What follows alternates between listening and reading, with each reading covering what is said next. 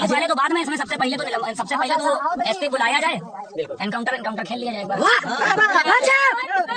बात एकदम बिल्कुल सही है। पुलिस वाले को तो बाद में देख लिया जाएगा, सबसे पहले एसपी को बुलाया जाए और इनकाउंटर वाला खेल कैसे खेला जाता है मैदान में एक बार खेल लिया जाए। सही है ना?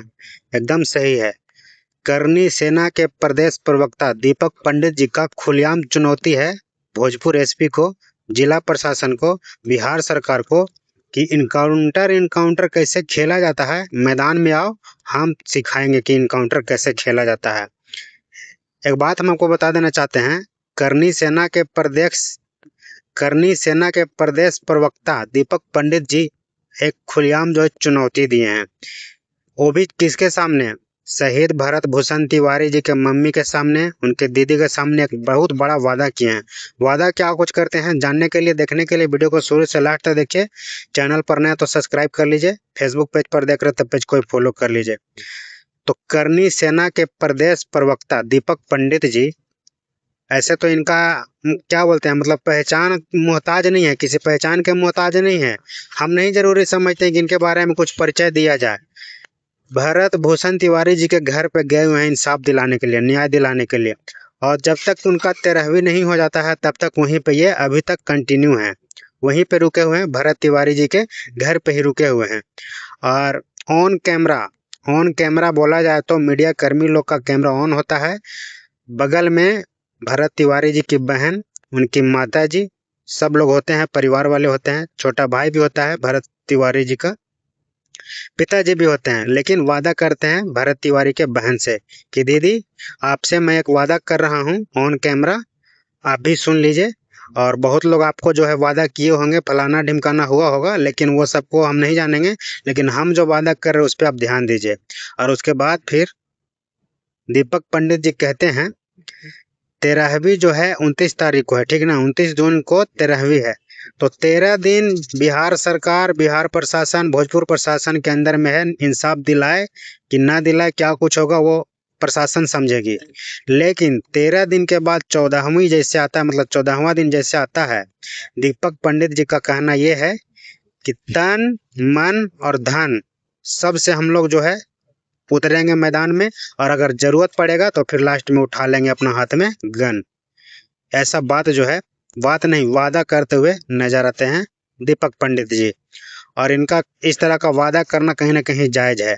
अगर निर्दोष आदमी को आप सरेंडर करने के बाद भी इनकाउंटर कीजिएगा, फेक इनकाउंटर कीजिएगा, हत्या कीजिएगा, और उसके बाद इंसाफ नहीं दीजिएगा, दिन पर दिन, तारीख पर तारीख अगर मिलेगा, तो उसके बाद तो फिर कोई ना कोई दूसरा भरत तिवारी अवतार लेगा ही, मैदान में उतरेगा ही।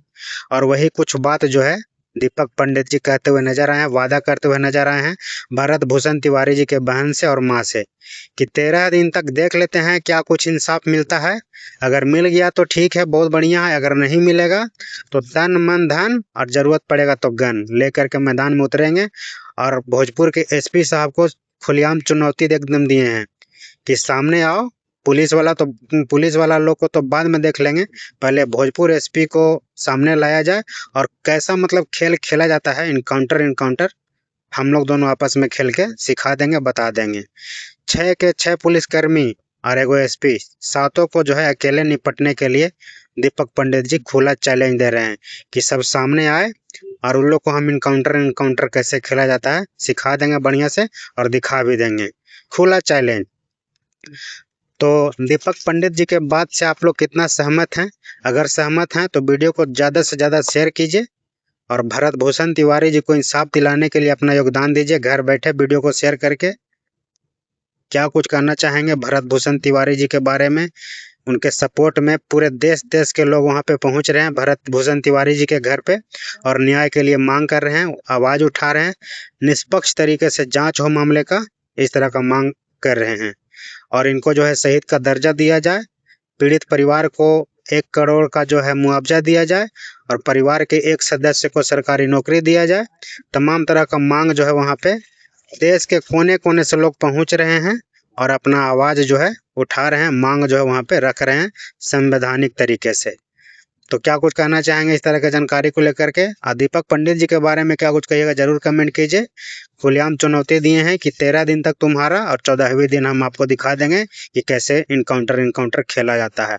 बस वीडियो को इतना ही पर करते खत्म। आप देख रहे थे DN चौरसिया ब्लॉग्स। बहुत बहुत धन्यवाद। जय बिहार, जय भोजपुरी समाज, जय हिंद, जय भारत।